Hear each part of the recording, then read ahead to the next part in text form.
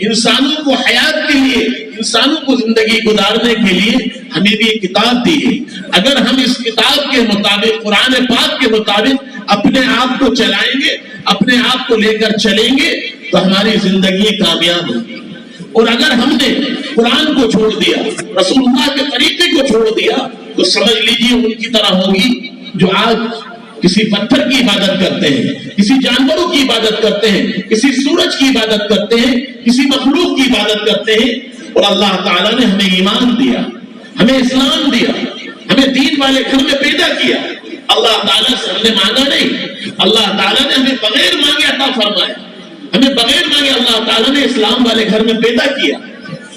آج ہم یہ سمجھتے کہ نہیں صاحب ہمیں تو ضرورت نہیں، ہم تو پیدا ہو گئے۔ میرے بھائی، اسلام کی قدر، اسلام کی عظمت، اسلام کی اہمیت آپ ان لوگوں سے معلوم کریے جو لوگ اسلام لے کر آتے ہیں، جو لوگ اسلام کو قبول کرتے ہیں۔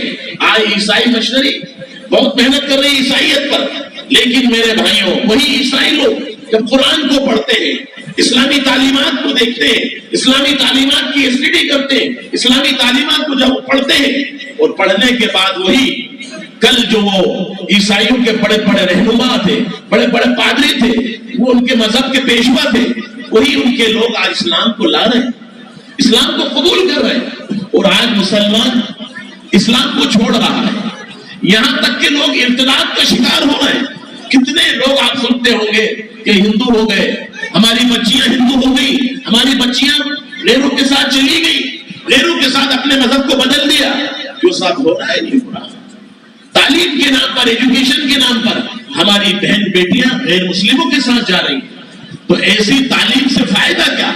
جب تعلیم ہمارے ایمان کو، ہمارے اسلام کو نہیں بچا پائے، دنیا کی تعلیم ہمارے اسلام کو ہم سے چھین لے، تو کیوں صاحب ایسی تعلیم جائز ہوگی؟ میں یہ کہتا ہوں کہ ایسی تعلیم پڑھانا ناجائز اور حرام ہے، جس سے آپ کی بچیاں ایمان سے نکل جائیں، آپ کے بچے اسلام سے نکل جائیں، آپ کے بچے مرتد ہو جائیں۔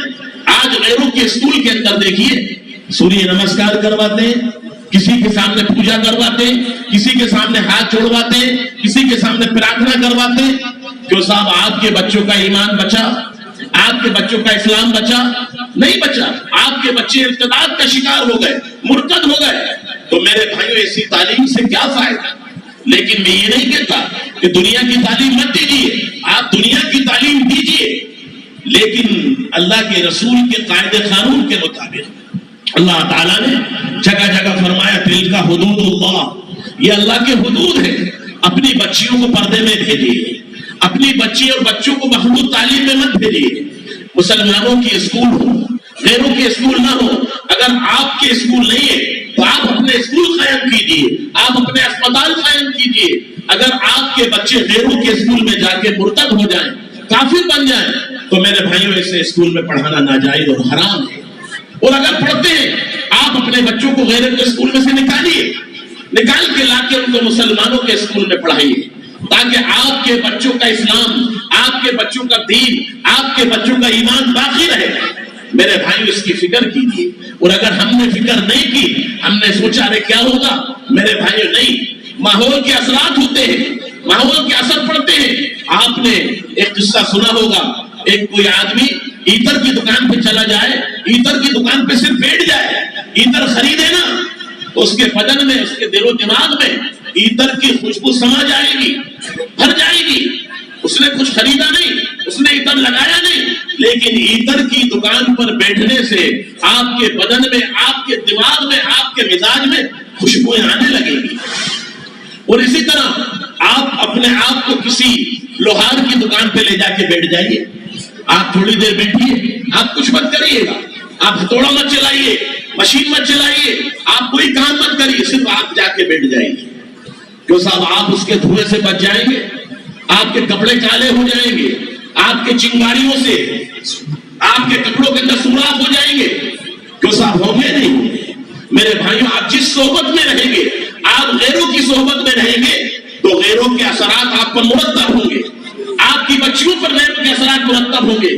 ہماری بچیاں غیروں کے ساتھ جاتی ہیں، ہماری بچیاں غیروں کے ساتھ گھومتی ہیں، ہمارے جوان بچے غیروں سے دوستیاں کرتے ہیں۔